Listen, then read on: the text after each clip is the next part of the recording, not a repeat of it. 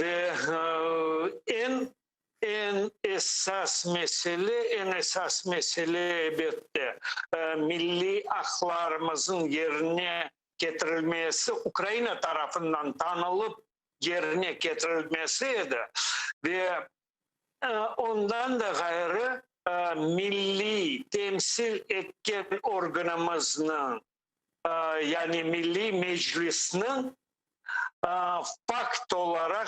olarak tanılması, Ukrayna tarafından tanılması maksadı koyulgan edi. Ve aytayıq ki, evet, son derecede biz maksadımızga erişmedik ve lakin bu meselelerin yarısını yani bu aksiyanın o günde turgan meseleleri 50%'ın çizdik demek olur. Niçin degende yaxşı yaramay gerekli derecede gerekli değil de biz istegen derecede tanılmağanın olsun da Milli Meclis o günleri bu 1992 senesi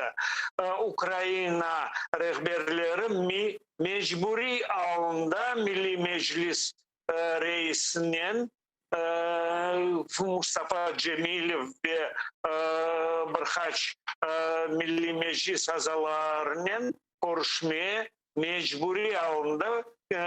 bu görüşü ötkerildi.